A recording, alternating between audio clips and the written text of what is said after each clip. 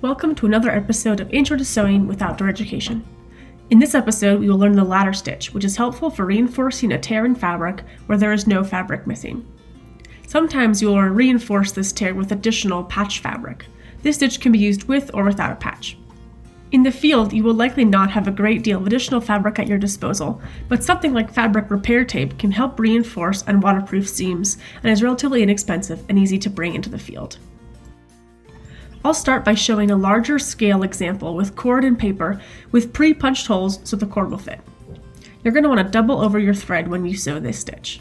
Tie off your thread with an overhand knot and start on the back side of your project, a little ways out from the tear on all sides, so we can reinforce the fabric surrounding it and reduce the likelihood of it tearing further.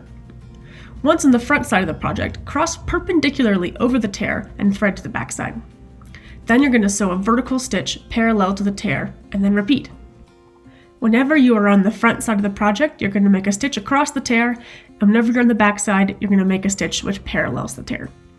The ladder stitch will end up looking like parallel horizontal stitches in the front of your project running across the tear, like rungs in a ladder, and with vertical stitches in the back running along the sides of the tear.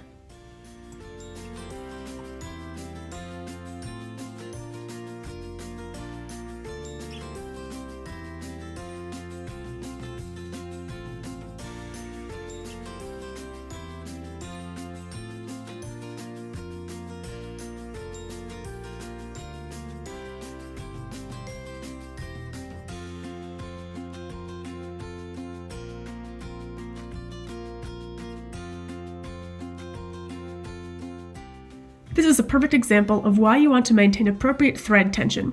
If you pull too tightly, your fabric will fold and pucker, which will affect the way your project lays once you're done. You want the thread to be snug, but not over tight.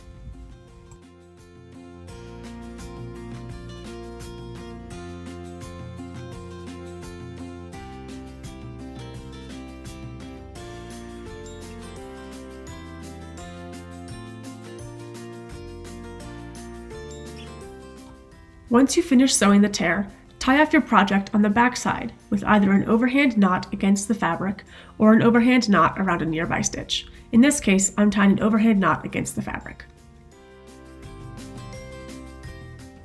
Notice that I started and ended the rungs of the ladder beyond where the tear ends in order to reinforce the fabric and avoid future tearing, as well as to sew into very strong fabric rather than fabric close to the tear, which is weaker.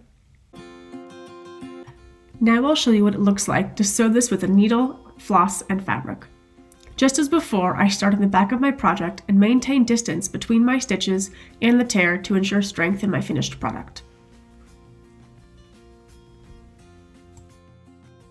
Whenever I'm on the front side of my project, I'll stitch across the tear, and whenever I'm on the back side of the project, I'll make a stitch which parallels the tear.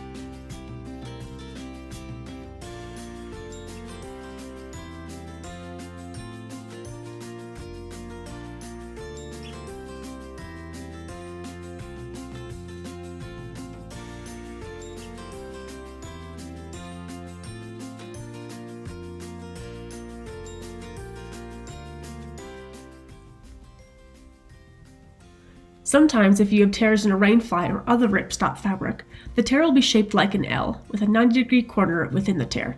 You can still use the ladder stitch to fix this, by working your stitch over the angle and continuing on to the other side.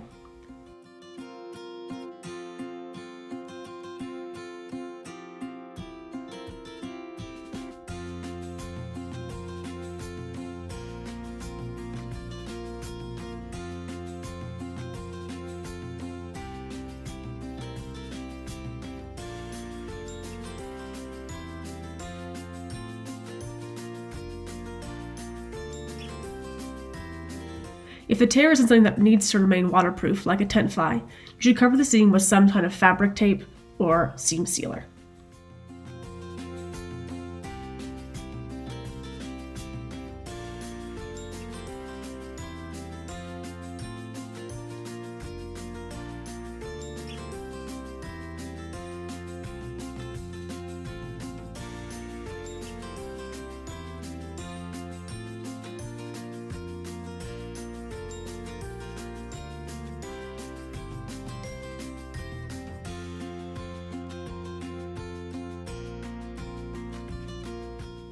And there we have it, the ladder stitch.